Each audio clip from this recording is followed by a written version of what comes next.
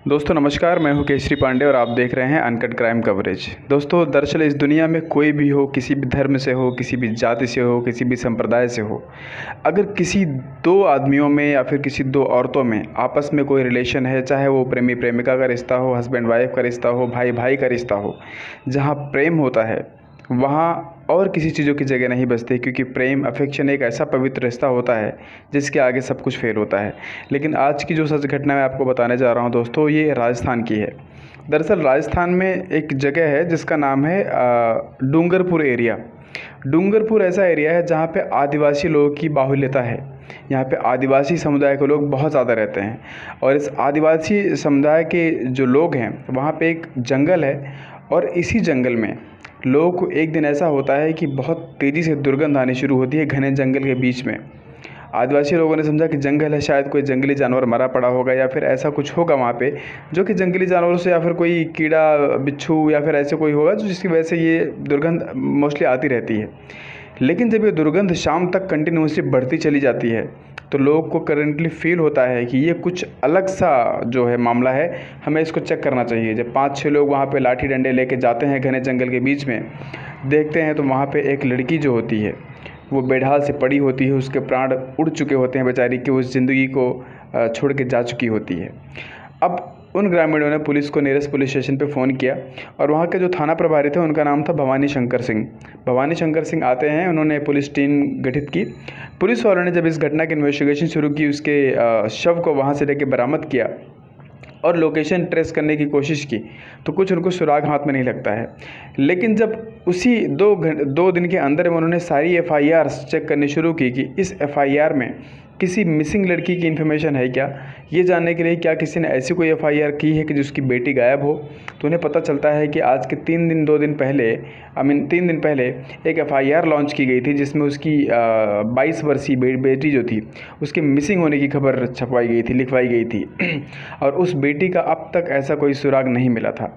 और भवानी शंकर सिंह ने उस एफआईआर करने वाले से जब बातचीत की तो पता चला ये वही आदमी था जो इस लड़की का बाप था जो मरी पड़ी थी जंगल में।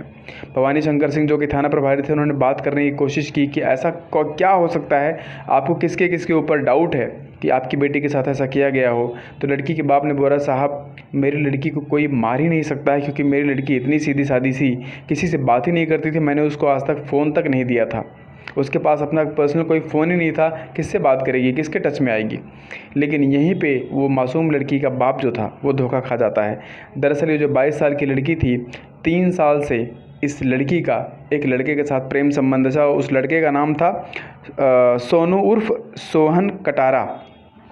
ये सोहन कटारा से 3 साल से ये लड़की बात करती थी। सोहन कटारा ने उसको फ़ोन दे रखा था और 3 साल से लड़की अपने घर में ही अपने पर्सनल फ़ोन से बात करती थी। लेकिन माँ बाप को कभी एहसास ही नहीं हुआ कि उसकी बेटी के पास अपना पर्सनल फ़ोन भी है, वो चोरी छुप के अपने प्रेमी से बात करती है, व्हाट्सएप पे वीडियो कॉल भी करती है। आप देखिए कि माँ बाप कितने मासूम होते हैं, अपनी बच्चों की हरकतों पे बिल्कुल उनको मतलब फैक्ट एक ट्रस्ट होता है कि मेरे बच्चे कभी गलत नहीं हो सकते, लेकिन बच्चे उनकी पीठ पीछे क्या गुल खिलाते हैं इस घटना के माध्यम से आपको पता चल रहा है। जब ये सोनू कटारा का नाम बीच में आता है तो पुलिस को पहले सोनू कटारा का नाम नहीं पता होता। पुलिस ने उस 3-4 दिन की लोकेशन ट्रेस करनी शुरू की, CDR यानी कॉल डिटेल्स जो होती हैं वो निकालनी शुरू की। तो पता चला उस जंगल के आसपास जितने लोग उस 3 दिनों में आसपास होके गए थे उन सब की कॉल रिकॉर्डिंग शुरू करी और लगभग 16 घंटे की कठिन परिश्रम के बाद इस पुलिस को यानी भवानी शंकर सिंह की टीम को एक सुराग हाथ लगता है।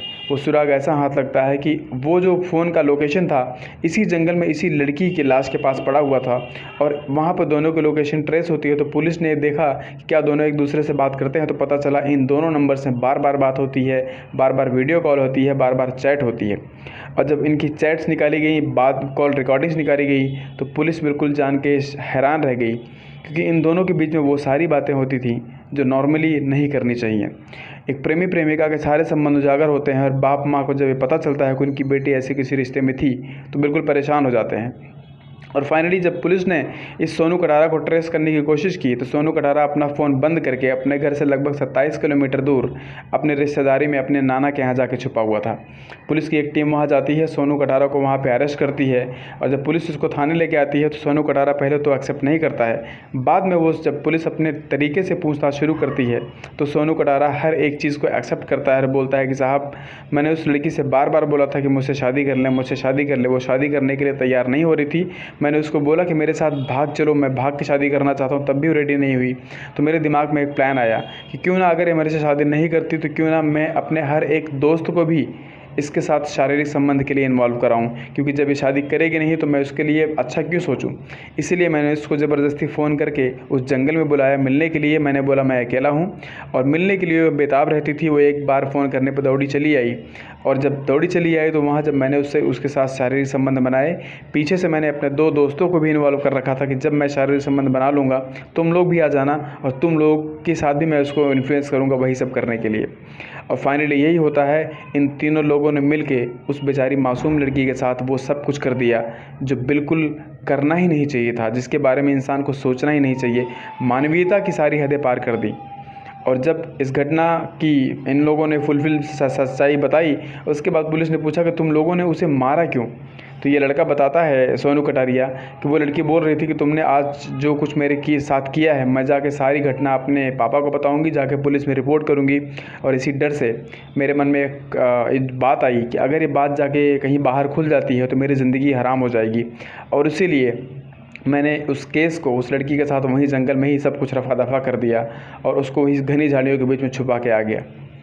दोस्तों, आप समझ सकते हैं कि दुनिया में किस तरीके के लोग हैं कि यानी अपनी एक छोटी सी ख्वाहिश पूरी करने के लिए, अपना स्वार्थ दिखाने के लिए, जब उनकी जो विलिंगनेस होती है, जब वो फुलफ़िल नहीं होती, उनकी इच्छा पूरी नहीं होती है, किस तरीके से अपने दोस्तों को भी बुला के एक मासूम लड़की की इज्जत के साथ खिलवाड़ करने के लिए अलाउ कर दिया।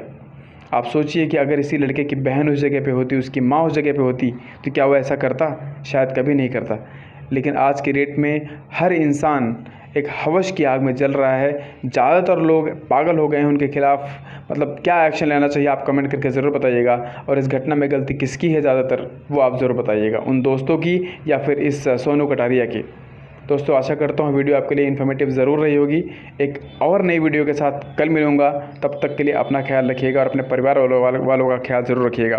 क्योंकि एक रिक्वेस्ट मैं आपको यहाँ वीडियो ख़त्म करने से पहले ज़रूर देना चाहता हूँ कि आपके घर की जो लड़कियाँ हैं, जिनकी उम्र इस समय लगभग 12-13 साल से लेकर 23 साल तक है, ये 13 साल से 23 साल तक की जो उम्र की ड्यूरेशन है, ये सबसे ज़्यादा एक ऐसे मोड पे होती है जहाँ पे कि हर वो आदमी, हर वो लड़का लड़की को डाइवर्ट करने की कोशिश करता हो। ज़्यादातर लड़कियाँ डाइवर्ट हो भी जाती हैं।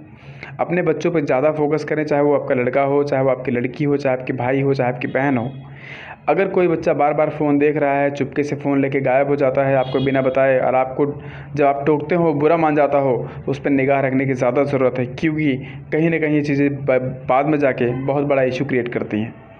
अपना ख्याल रखिएगा और अपनों का ख्याल रखिएगा। तब तक के लिए मिलते हैं एक और नई वीडियो के साथ। जय हिंद, जय भारत।